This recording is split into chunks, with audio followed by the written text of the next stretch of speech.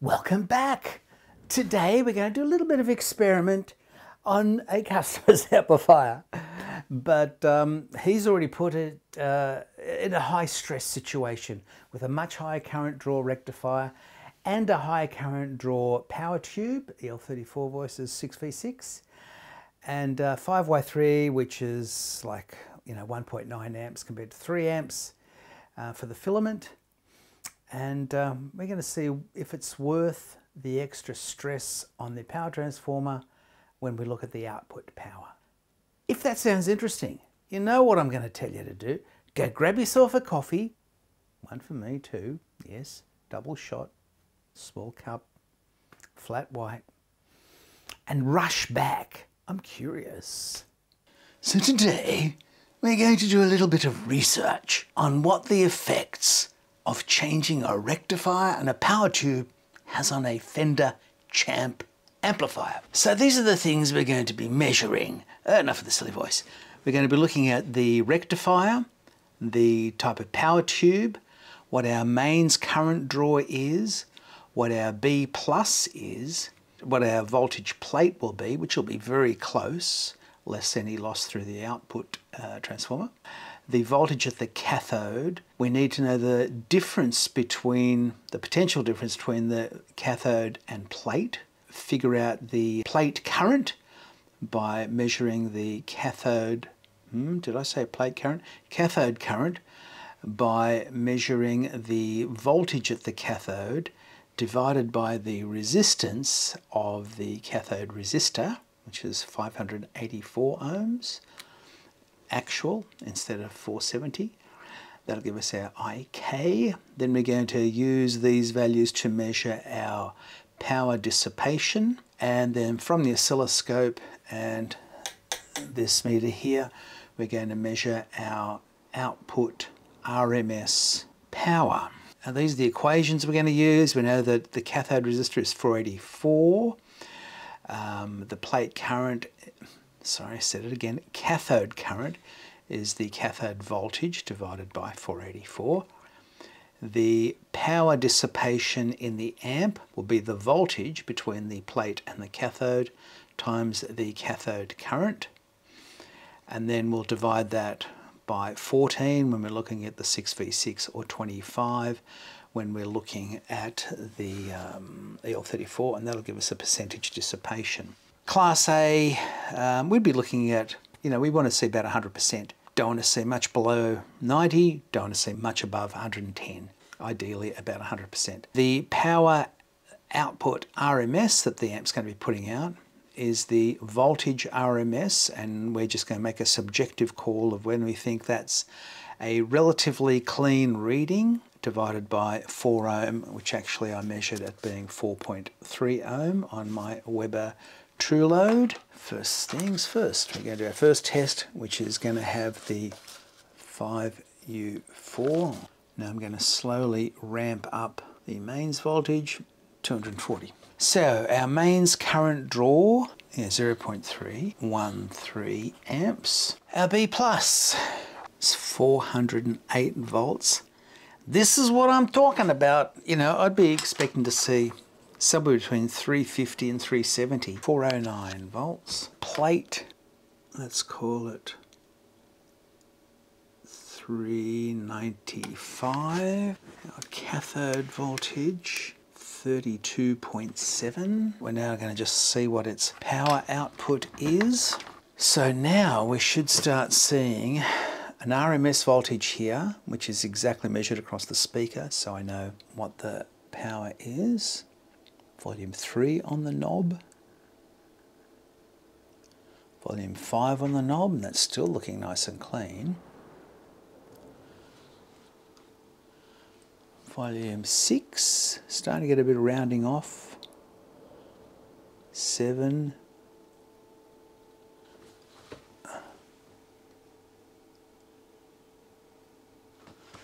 Okay, I think we're going to call. I know we've got a bit of distortion. This is a little bit of asymmetric distortion happening here.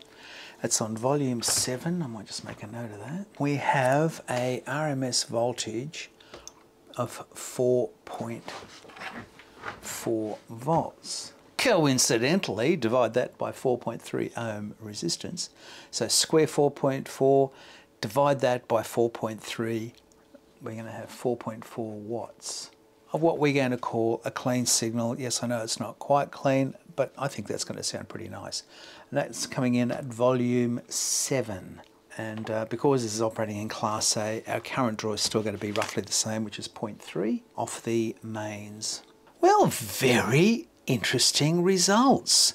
So with the 5U4 rectifier and the EL34, which is how it came here, we're drawing 313 milliamps. The B plus was very high, 409 volts. The plate was 395. The schematics have something like 360, I think, from memory. So quite a bit higher on the plate current. With the same cathode resistor as stock for a 6v6, we had 395 on the plate and 32.5 on the cathode resistor, which gives us a difference between plate and cathode of 363. That voltage on the cathode divided by the resistor gave us a cathode current of 67 milliamps, which gave us a power dissipation for the EL34 of 24 watts. That's smack on the money. Other than we got some pretty high values here. And the output was pretty much stock Champ, so definitely no louder, 4.4 watts before significant distortion. One thing I forgot to measure, which I should do, is I want to see what sort of power dissipation I've got across that resistor, that 470 ohm. So we're going to use the equation power equals V squared on R in this case. I think I've got a 2 watt resistor in there. That's right on the border. Well, that's not going to stay. I'm now going to repeat all this test with the 5Y3 and the 6V6 and see what our differences are. Now this will be interesting. I've just powered it up, given it a couple of minutes to warm up. Already, as we expect, the mains current is down from 313, is 230 milliamps. The B plus is 399. The previous plate was 395. It is now 386.5. Cathode 26.8. All right, I'm going to now do the calculations and I'll be back. Again, interesting results. So the 5Y3 6V6 combination drew 230 milliamps instead of 313 milliamps. So that worked out to about 20 watts less load on the power transformer. The B plus dropped a little bit as we expected, from 409 to 399. I would have liked this to have been a little bit lower again, but this is a factor of, you know, the voltage differences. I'm running it now on that's 240 volts exactly on the variac. The plate voltage down a little bit again, 387 compared to 395. The cathode voltage has gone down to 26.3. 26.3 squared divided by 484, I think. 484 equals what's now 1.5 watts. So, which is a lot more comfortable. So the current going through the cathode was 54 milliamps. Yes, down from there, but we've got to remember that a 6v6 is a 14 watt tube compared to a 25 watt tube. So even though the power dissipation for the EL34 was smack on the money at 100%, at 19.6 for a 14 watt tube, that's way over. It's 1.4, 40% over, 140%. That's not good. Now let's measure the RMS output power. Now I haven't changed my signal generator. That's the volume on 4, volume on 6. I reckon that's about the same as what it was in terms of the asymmetric distortion. That's telling me 4.1 volts. That's 4 watts. 0.4 of a watt. No one would hear the difference. So what I'm going to do is I'm going to try some different values for my cathode resistor. So what are we going to expect to see? Well, as we increase this value of 470, it's going to reduce the current that's going through the 6v6. There is no screen resistor. This 1K resistor here is acting as a dropping resistor for the preamp stages. My good old decade box here, and I'm going to go to 484, and I've got it hooked across that cathode resistor, cathode capacitor I mean. And let's power this back up. Measured the voltages again, and I noticed that the plate voltage was about 400, but the screen was actually like 404. It was higher than the plate, which means that the screen was not operating as it should. It needs to be a couple of volts to half the voltage in some cases of the plate. So what I've done is I tried a couple of different values. I ended up going from 1K up to 3.9K. So I've now got 386 on the plate, 382 on the screen. I think that's better. The screen's now at least doing its job. So I've now got the screen slightly below the plate, which is where we want it to be. And now I'm going to start taking some measurements, because that may well have changed the performance of the tube at various places. You may be wondering why I decided to change this value from 1K to 3.9K and not put in a screen grid resistor in here, you know, which is where you'd normally see it. But for a couple of reasons. One is putting in a larger resistor there will obviously drop that screen voltage, which is the main thing I wanted. Still well above the design value. My other concern was the value of the plate on the first triode, which there you'll see is 200, there 206. By increasing this value, I drop the screen value, but then I also drop the subsequent plate values, which is what I wanted to do. With that greater plate drop, what's it saying there? It's saying 200 volts. I got 244. I think it was a good place to drop it because it's still high. But it's not going to hurt the sound, not going to hurt the tube. If anything, it's going to give us a little bit more clean headroom. And even with the cool down screen, it's still pretty hot. So we're going to look at the effect of increasing our cathode resistor.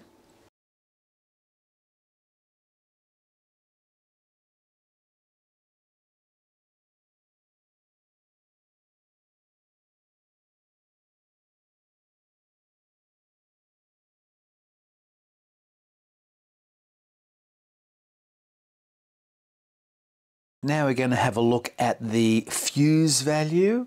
Remember, it had a 1 amp fuse in there, and that's because of the increased consumption. Now, you'll see in the US version running at 110, we had a 1 amp fuse, which means in Australia we should have had a 0.5 amp fuse. But with the higher current load of the 5U4G and the EL34, we were drawing 0.3 of an amp from the mains. I usually go double, which would have made it 0.6. The previous tech left a 1 amp in there. Yeah, probably could have done with a 750 milliamp, but let's go back to the way Leo designed it. In the new world, it's going to be drawing 225 milliamp. Double that, hallelujah, it's about 0.5 amp. Now with any fuse, you always got to make sure it's turned off at the power supply, not the switch, because if it's wired correctly, the switch comes after the fuse, in which case you'll get a nasty little kick. Let's do a little bit of a recap. So first thing we looked at was the fuse. We noticed that it was 1 amp instead of a 0.5 amp. and that was because of the extra current draw of the 5U4 and the EL34. I like this double pole single throw switch, which deactivates both the active and the neutral. Not so keen on the usual Champ style of just running one filament wire, sorry for the whole circuit, and grounding the other one. But that's the way they were made, that's why we're going to leave it. Filter capacitors, 100 Hertz filter capacitors, do not pass your tone, no qualms in replacing it. What was in there was good, but one of the elements had failed, so let's upgrade it, just tidy that up a bit more, got a few specs, but that looks a hell of a lot better, better quality earth connections there for that can as well. We decided to replace the 5U4 rectifier, like these big Coke bottle ones, but it just draws too much current, so I'll give that back to the customer. He might have another amp that uses a 5U4. Went for a 5Y3, I like it much better, much lower heater current, much lower stress on this. That was a good change to 5Y3, even though the EL34 has a much higher power capability than the 6V6. It is hobbled by various other things like the output transformer, the power supply coming into the plate voltage, how it's biased in cathode bias form. So in actual end result, the EL34 was 1 watt louder than the 6V6, which is, you can't hear that difference. You can measure it, but you can't hear it. 6V6 went in, also lower current draw, which means our transformer is now going to last a hell of a lot longer.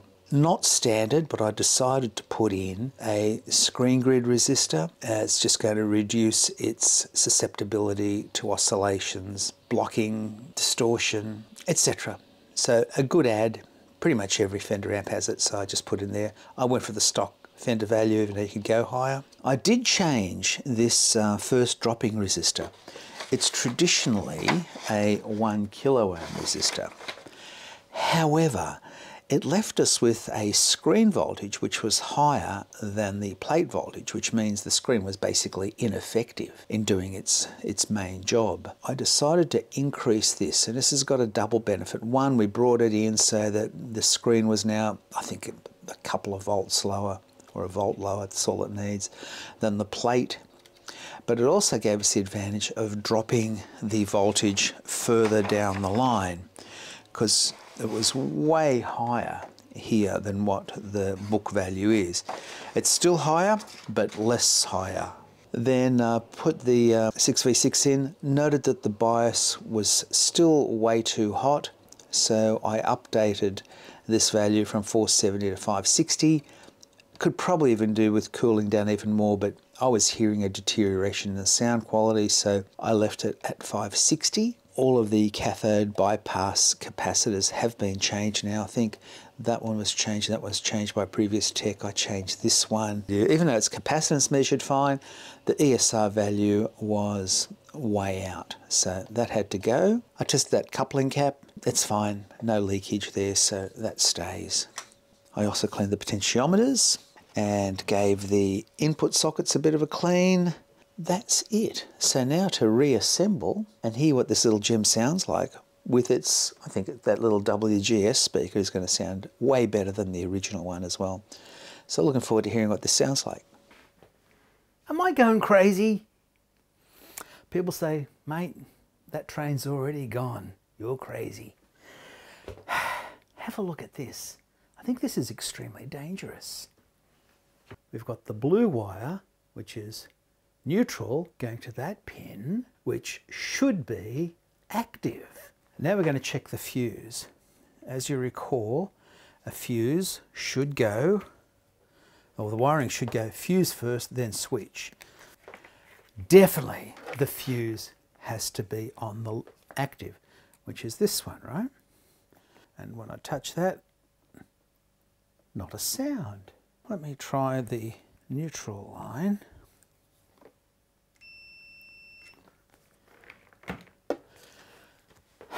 Whoever wired this wired it wrongly, so we've fused the neutral wire.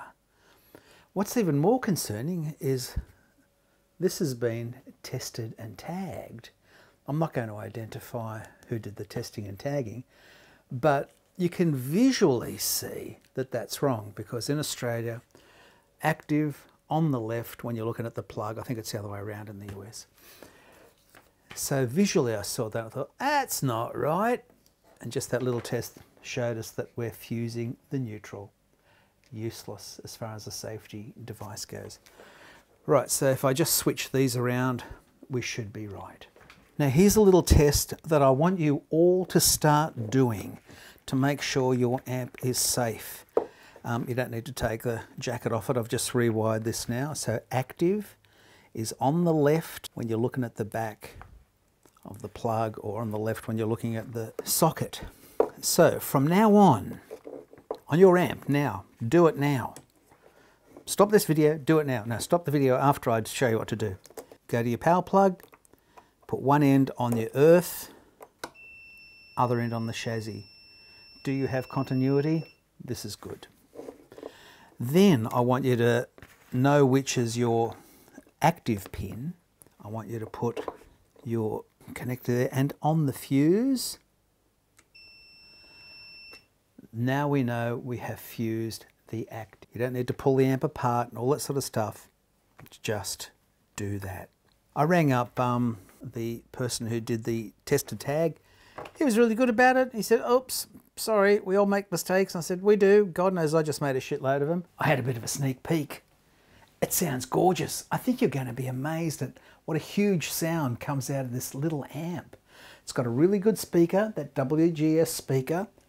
I'm not using my Shure Beta 57 mic, even though many of you said you preferred it, which I thank you for. But I've decided to go back to the Sennheiser because I can't find my Beta 57. We used it at a show last week, and I'm just hoping I didn't leave it behind. Those of you who do a lot of live gigs and mic your amps up, you'd know this anyway. So my favourite spot is between the centre and the edge of the cone, and I go halfway between those two places, as perpendicular as I can. Can't really do that with the Sennheiser, a little bit like that. And I just mark it with tape so that I know where it goes, and if we've got a sound guy, he knows where it goes. As usual, it's going into my Zoom recorder, H4n recorder, and from there it'll go into my computer, where I'm just going to do a little bit of compression to it, so it doesn't peek out YouTube's stuff. So I'm really excited about this. I bought this guitar after going to NAMM. I think it might have been pre-COVID, was my last visit. I'm going again in January 2025, so if you see me there, please stop and say hello. This is a Gretsch made in Korea, 5422. I loved it when I tried it out at NAMM. So by the time I got it home though, I tried it out and I thought, it sounds like it's got a blanket over it. I just wasn't in love with it at all. And it had these other black pickups on it. Don't know what they were. I got into TV Jones and got two TV Jones, which are really good pickups. But the Brian set's a signature. He signed them personally. But I can see it looks like a signature. This sounds great. This sounds great. Let's do something clean, and then we'll do something with a bit more grit to it. So I've got the volume on 6, treble on, let's put the treble on 10, bass on 10. This is on the neck pickup. I've got the volume wound back a little bit. That whooshing sound is my pot.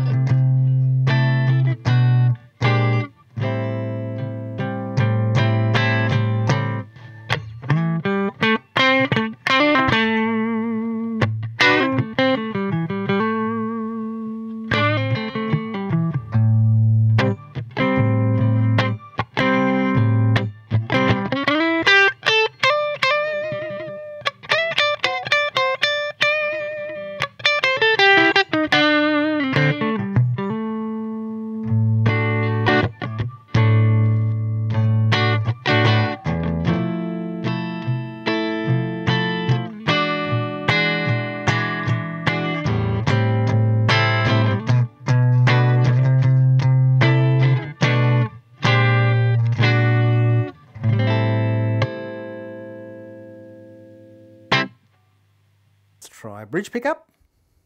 Volume is now on 7. Tones are the same. Bridge pickup, got the volume open. Just wind that tone back a whisker. Too many whiskers.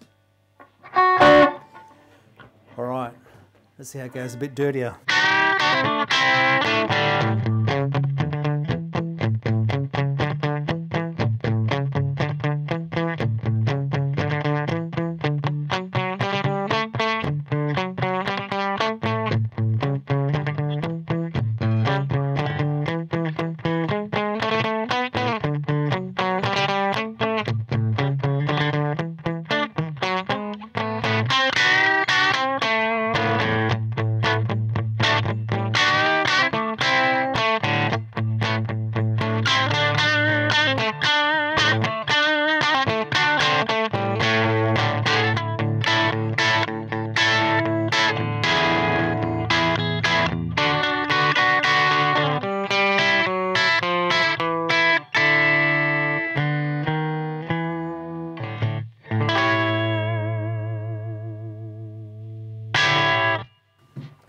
That is a truly versatile, huge sounding amp.